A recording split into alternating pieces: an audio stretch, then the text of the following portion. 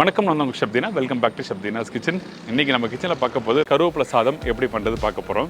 இந்த கருவேப்பிலை சாதம் ரெண்டு விதமாக பண்ணுவாங்க. ஒன்று கருவேப்பிலையை வந்து அரைச்சி அதுக்கப்புறம் தாளிப்பு போட்டு மிக்ஸ் பண்ணுவாங்க, அப்படியும் பண்ணலாம். இன்றைக்கி நம்ம என்ன பண்ண போகிறோம்னா வறுத்து அரைச்சி அந்த கருவேப்பிலையை வச்சு எப்படி சாதத்தை கம்ப்ளீட் பண்ணுறது பார்க்க போகிறோம். இது தொடர்ந்து பீன்ஸ் உஸ்லி எப்படி பண்ணுறது பார்க்க போகிறோம். நார்மலாக வீட்டில் பீன்ஸ் பொரியல் பண்ணியிருப்பீங்க, கொஞ்சம் பீன்ஸு தேங்காய் கொஞ்சம் மசாலாலாம் போட்டு மிக்ஸ் பண்ணி டாஸ் பண்ணியிருப்பீங்க. ஆனால் இந்த உஸ்லி கொஞ்சம் பருப்போடு போட்டு மிக்ஸ் பண்ணும்போது அந்தளவுக்கு அருமையாக இருக்கும். இதோட தவளை வடை எப்படி பண்ணுறது பார்க்க போகிறோம். இப்போ இந்த ரெசிபிக்கு தேவையான பொருட்கள் பார்த்தலாமா? கருவேப்பிலை சாதத்துக்கு தேவையான பொருட்கள்: கருவேப்பிலை 1 பவுல், அதாவது 1 கைப்பிடி, உளுத்தம்பருப்பு 4 டேபிள் ஸ்பூன், கடலைப்பருப்பு 3 டேபிள் ஸ்பூன், வேர்க்கடலை 5 டேபிள் ஸ்பூன், சின்ன வெங்காயம் 15 நம்பர், பூண்டு 15லேருந்து 20 பல்லு, காய்ந்த மிளகாய் 10லேருந்து 12 நம்பர், தேங்காய் பத்தை 2 நம்பர், புளி 1 நெல்லிக்காய் சைஸ், கொத்தமல்லி தேவையான அளவு, கடுகு 1/4 டீஸ்பூன், சீரகம் 1/4 டீஸ்பூன், பெருங்காயம் 1/2 டீஸ்பூன், உப்பு தேவையான அளவு, நெல்லெண்ணெய் சமைக்கிறதுக்கு தேவையான அளவு, நெய் 1 டீஸ்பூன். இதாங்க இந்த ரெசிபிக்கு தேவையான பொருட்கள். இந்த கருவேப்பிலை சாதம் பண்ணுறதுக்கு நம்ம என்ன பண்ணுறோன்னா, நம்மக்கிட்ட இருக்க அந்த கடலைப்பருப்பு, உளுத்தம்பருப்பு, காஞ்ச மிளகாய், கருவேப்பிலை இதெல்லாம் போட்டு வறுத்துட போகிறோம். அதனால் கொஞ்சமாக எண்ணெய், இந்த எண்ணெய் லைட்டாக சூடாகிற டைமில் இந்த உளுத்தம்பருப்பு, கடலைப்பருப்பு, காஞ்ச மிளகாய் போட்டிருக்கேன்.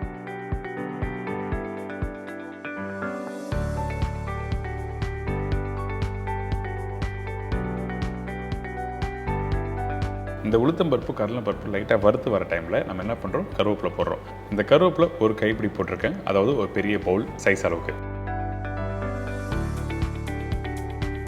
இது போட்ட பிறகு நம்ம வறுக்க ஆரம்பிக்கிறோம்.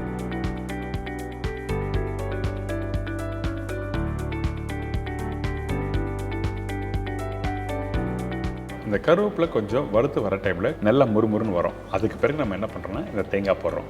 இந்த தேங்காய் எதுக்காக இந்த இடத்துல யூஸ் பண்ணுறேன், ஒன்று வந்து அந்த டேஸ்ட் வந்து என்ஹான்ஸ் பண்ணி எடுத்து கொடுக்கும். அதனால தான் இந்த தேங்காய் போடுறோம். அதே டைமில் இந்த தேங்காய் வறுக்கிற பக்குவம் என்ன கேட்டிங்கன்னா, ரொம்ப நேரம் வதக்கக்கூடாது. லைட்டாக ஒரு 2 நிமிஷம் வதக்கினா போதும். அதாவது இந்த தேங்காயோட இருக்க அந்த ஈரத்தன்மை போகணும், அவ்வளோதான். இப்போ பார்த்தீங்களா, இப்போ இந்த தேங்காய், கருவேப்பிலை, கடலைப்பருப்பு, உளுத்தம்பருப்பு எல்லாத்தையும் நல்லா வதக்கியாச்சு. அதே டைமில் இந்த கடலைப்பருப்பு, உளுத்தம்பருப்பும் கோல்டன் ப்ரௌன் கரெக்டாக வந்திருக்கு. இந்த மாதிரி தான் இருக்கணும். வந்த பிறகு நீங்கள் டேரெக்டாக மிக்ஸி ஜாரில் போட்டு அரைக்க போகிறீங்க. அந்த டைமில் கொஞ்சம் கொத்தமல்லி போடுங்க. கொத்தமல்லி எதுக்காக போடுறோன்னா, ஒன்று வந்து வாசனைக்காகவும், இன்னொன்று வந்து கலர் நல்லா கொடுக்கும். அதுக்காக மட்டும்தான் இந்த கொத்தமல்லி யூஸ் பண்ணுறோம். இதுக்கு பிறகு புளி போட்டிருக்கோம். புளி ரொம்ப அதிகமாக இருந்தால் இந்த மாதிரி ரெசிபிக்கு நல்லா இருக்காது. அதனால் ஒரு சின்ன துண்டு போடுங்க. இதெல்லாம் போட்ட பிறகு தண்ணி ஊற்றி அரைச்சிடறோம். அரைக்கிற பக்கம் என்ன கிட்டனா ஒரு 80 to 90% அளவுக்கு அரைச்சிருங்க. ஃபைன் பேஸ்ட்டாக அரைக்கக்கூடாது. நீங்கள் நார்மலாக வீட்டில் சட்னி வந்து நல்ல ஃபைன் பேஸ்ட்டாக அரைச்சிருப்பீங்களா, அந்த மாதிரி அரைச்சிங்கன்னா இந்த மாதிரி கருவேப்பிலை சாதத்துக்கு நல்லா இருக்காது. அதனால தான் ஒரு 10% குறைன்னு அரைச்சா நல்லாயிருக்கும்னு சொல்ல வரேன். இப்போது இந்த கருவேப்பிலை பேஸ்ட் ரெடி ஆயிடுச்சு. இதுக்கு பிறகு நம்ம என்ன பண்ண போகிறோம் அப்படின்னா, தாளிப்பை போட்டு அந்த கருவேப்பிலை பேஸ்ட்டும் ரைஸும் மிக்ஸ் பண்ண போகிறோம். அதனால் இந்த மண்சட்டியில் கொஞ்சம் எண்ணெய் ஊற்றிருக்கேன். இந்த எண்ணெய் சூடான பிறகு கடுகு போடுங்க. இந்த கடுகு நல்லா பொரிஞ்சு வர டைமில் சீரகம் போடுறோம். தாளிப்பு கரெக்டாக நீங்கள் போட்டுன்னா அந்த ஃப்ளேவர் நல்லா எடுத்து கொடுக்கும். அதனால தான் தாளிப்பு கரெக்டாக போடணும்னு சொல்கிறேன். இந்த சீரகம் போட்ட பிறகு பூண்டு, பச்சை வேர்க்கடலை, கடலைப்பருப்பு, உளுத்தம்பருப்பு. ஸோ இந்த மாதிரி நீங்கள் சேர்த்து நீங்கள் போடும்போது கரெக்டாக ஈவனாக வறுக்கிறதுக்கு ஈஸியாக இருக்கும். அதனால தான் எல்லாமே ஒன்றா பொண்ணு சொல்கிறேன். அதுக்கு பிறகு காஞ்ச மிளகாய், பச்சை கருவேப்பிலை இதெல்லாம் போட்ட பிறகு நல்லா வறுக்க ஆரம்பிங்க.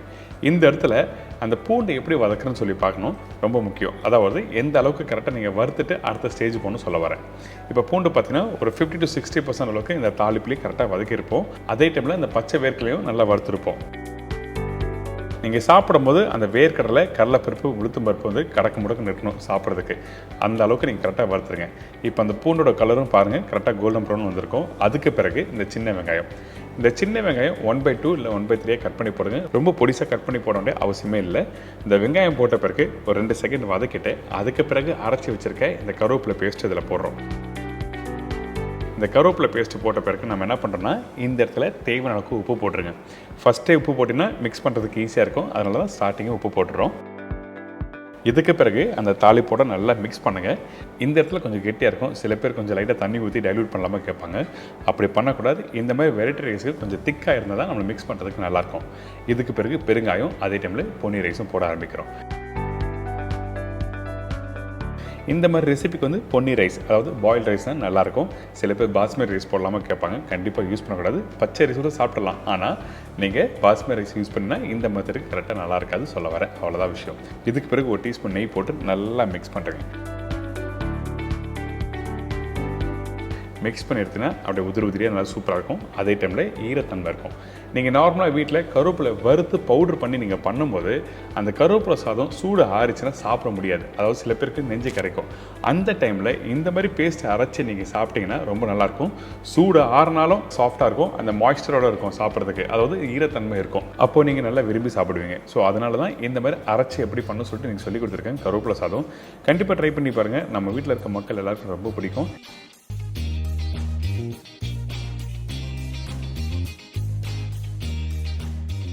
இதோட பீன்ஸ் உஸ்லி எப்படி பண்ணுறது பார்க்க போகிறோம். இப்போது இந்த ரெசிபிக்கு தேவையான பொருட்கள் என்னென்ன பார்த்தலாமா?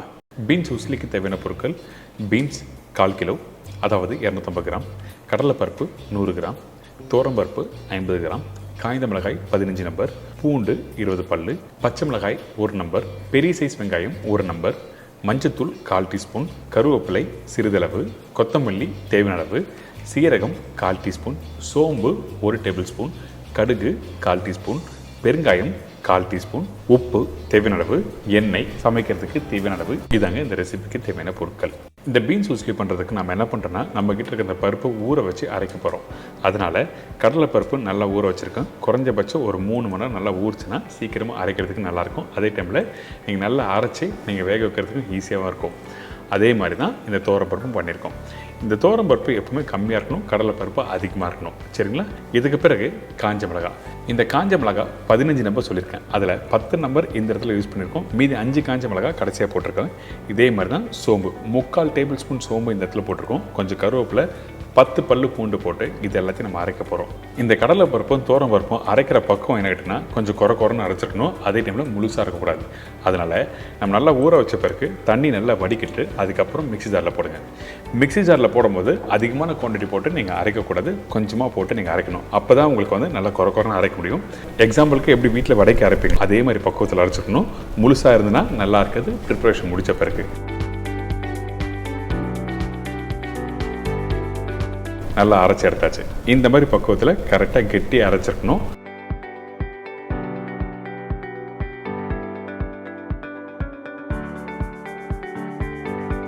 இதுக்கு பிறகு நம்ம என்ன பண்ணுறோன்னா கொஞ்சோண்டு மஞ்சத்தூள் போடாமல் நீங்கள் வேக வச்சிங்கன்னா பார்க்குறதுக்கும் நல்லா இருக்காது. அதே டைமில் அந்த பருப்போட வாசனை இருக்கும், பச்சை வாசனை.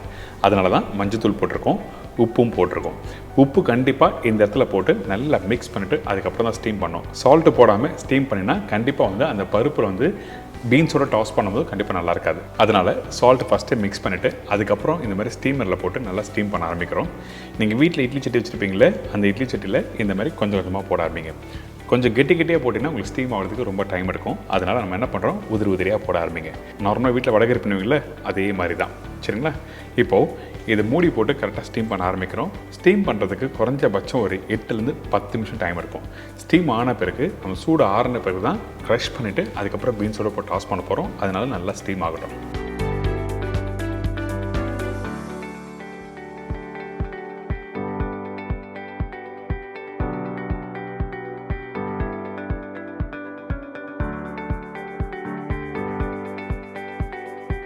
இப்போ பார்த்தீங்களா, இந்த பருப்பு வந்து நல்லா கெட்டியாக உதிரியாக நல்லா வெந்து வந்திருக்கு. அதே டைமில் நம்ம என்ன பண்ணுறோம், சூடு ஆறின பிறகு தான் க்ரஷ் பண்ண முடியும். அதனால சூடு ஆறட்டும்.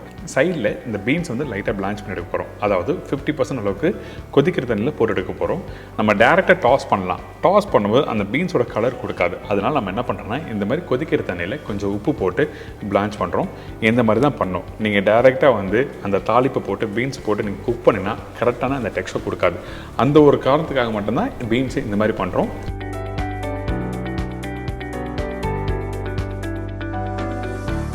இப்போ பாருங்க, பீன்ஸ் ஆல்மோஸ்ட் வெந்திருக்கு. இன்னும் கொஞ்சம் ஒரு 2 செகண்ட் விட்டுட்டு அதுக்கப்புறம் எடுத்தீங்கன்னா இந்த பீன்ஸ் கரெக்டாக இருக்கும்.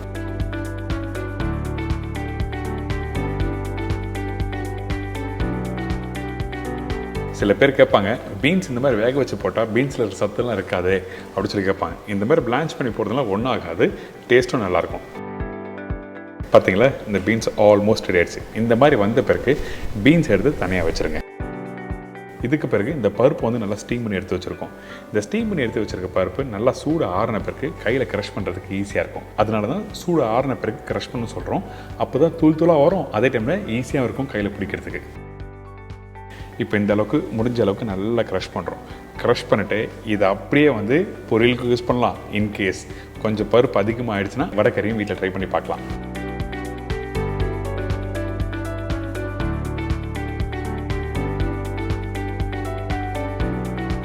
இதுக்கு பிறகு நம்ம என்ன பண்ணுறோம், தாளித்து இந்த ரெசிபி கம்ப்ளீட் பண்ண போகிறோம். அதனால் கொஞ்சமாக எண்ணெய், சூடான பிறகு கொஞ்சம் கடுகு போட்டிருக்கோம்,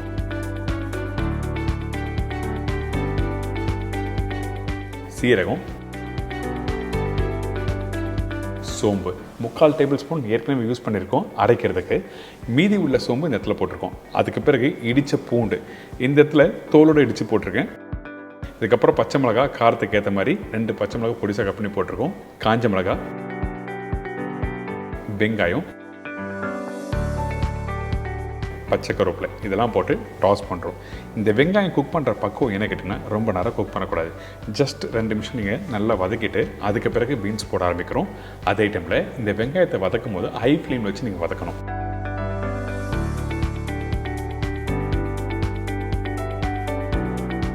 இப்போ இந்த வெங்காயம் ரெடி ஆகிடுச்சு. கடைசியாக நம்ம என்ன பண்ணுறோம், அடுப்பை ஸ்லோ பண்ணிவிட்டு அதுக்கப்புறம் கொஞ்சம் மஞ்சத்தூள், பெருங்காயம் இதெல்லாம் போட்ட பிறகு லைட்டாக மிக்ஸ் பண்ணுங்கள். ஹை ஃப்ளேமில் வச்சு நீங்கள் டாஸ் பண்ணும்போது அந்த மஞ்சத்தூள் கலர் மாற ஆரம்பிக்கும். அதனால் ஸ்லோ ஃப்ளேமில் வச்சுட்டா மிக்ஸ் பண்ணணும். இதுக்கப்புறம் பிளான்ச் பண்ணி எடுத்து வச்சுருக்க அந்த பீன்ஸும் போடுறோம். பீன்ஸ் போட்ட பிறகு ரெடி பண்ணி வச்சுருக்க அந்த பருப்பும் இதில் போடுறோம். கடைசியாக கொஞ்சம் கொத்தமல்லி போட்டு நல்லா மிக்ஸ் பண்ணுங்கள்.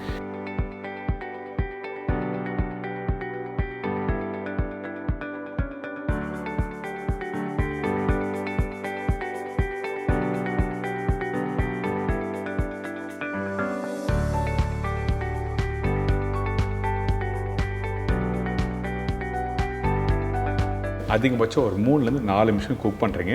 தேவையான அளவுக்கு உப்பு போட்டு நல்லா மிக்ஸ் பண்ணி எடுத்து சாப்பிட்டீங்கன்னா அந்தளவுக்கு சூப்பரான ஒரு ரெசிபி தான் பீன்ஸ் உஸ்லி. கண்டிப்பாக ட்ரை பண்ணி பாருங்கள். பீன்ஸ் உஸ்லி நிறைய விதமாக பண்ணியிருப்பாங்க. ஆனால் ப்ராப்பரான ரேஷு கடலைப்பருப்பு, தோரம்பருப்பு, பீன்ஸ் இந்த அளவுக்கு போடணும்னு சொல்லிட்டு இன்றைக்கி நம்மளோட சேனலில் சொல்லி கொடுத்துருக்கேன். கண்டிப்பாக உங்கள் எல்லாருக்கும் பிடிக்கும் நினைக்கிறேன். ட்ரை பண்ணுங்கள்.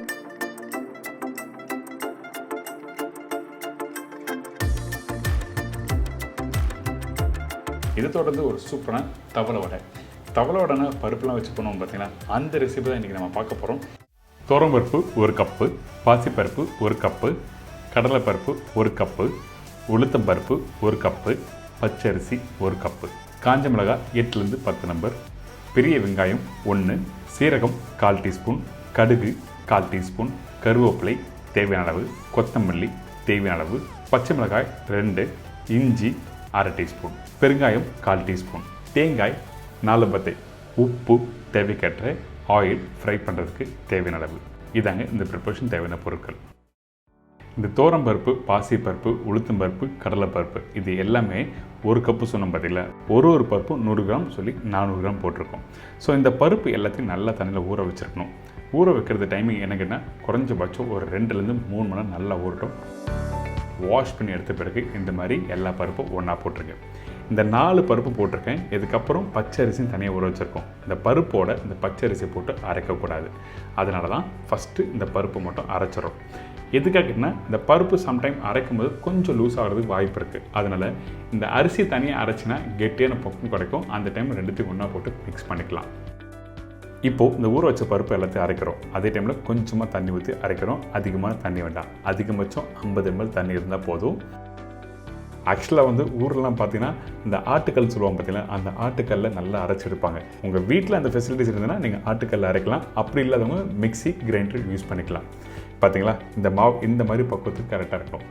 கெட்டியாக இருக்கணும், ரொம்ப இம்பார்ட்டன்ட். கெட்டியாக இல்லாமல் நீங்கள் அரைச்சிங்கன்னா மாவு நீங்கள் தட்டி போடும்போது கரெக்டாக வராது. தட்டி போடணும், ரொம்ப இம்பார்ட்டன்ட். சில பேர் போண்டா மாதிரி போட்டுருவாங்க. போண்டா மாதிரி இந்த தவளை வடை போடவே கூடாது.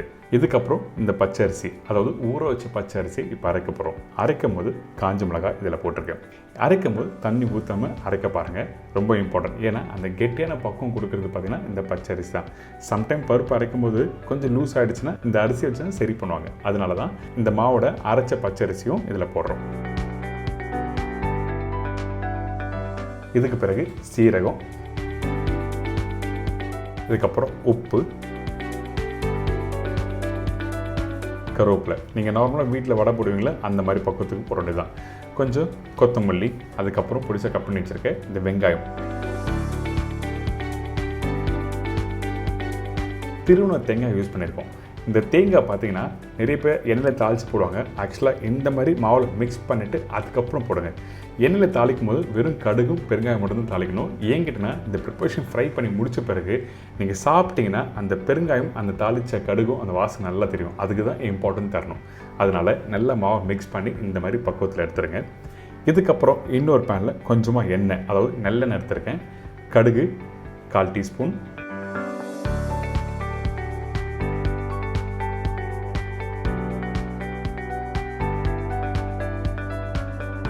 கடுகு நல்லா பொரிஞ்சு வரட்டும். அதுக்கு பிறகு இந்த பெருங்காயம் போட்டு நல்லா மிக்ஸ் பண்ணி அந்த மாவோட ஊற்றுறோம். அதுக்கப்புறம் நல்லா மிக்ஸ் பண்ணுங்க. மிக்ஸ் பண்ணிவிட்டு அழகாக ரவுண்டாக எடுத்து நீங்கள் தட்டி போட்டினா வடை ரெடி.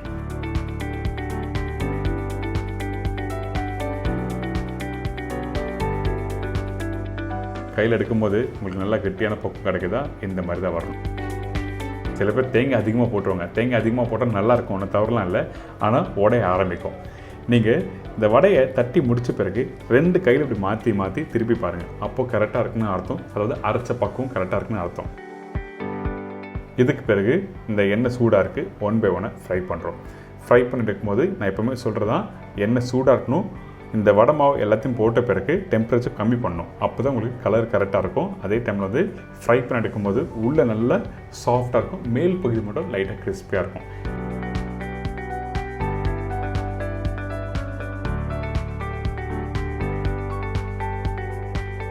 இந்த மாதிரி கலர் வந்த பிறகு எடுத்து சாப்பிட்டு பாருங்களேன். அடடா, நான் சொல்ல வேண்டியதில்லை, தவளை வடை எல்லாருக்கும் பிடிக்கும். ட்ரை பண்ணி என்ஜாய் பண்ணுங்கள்.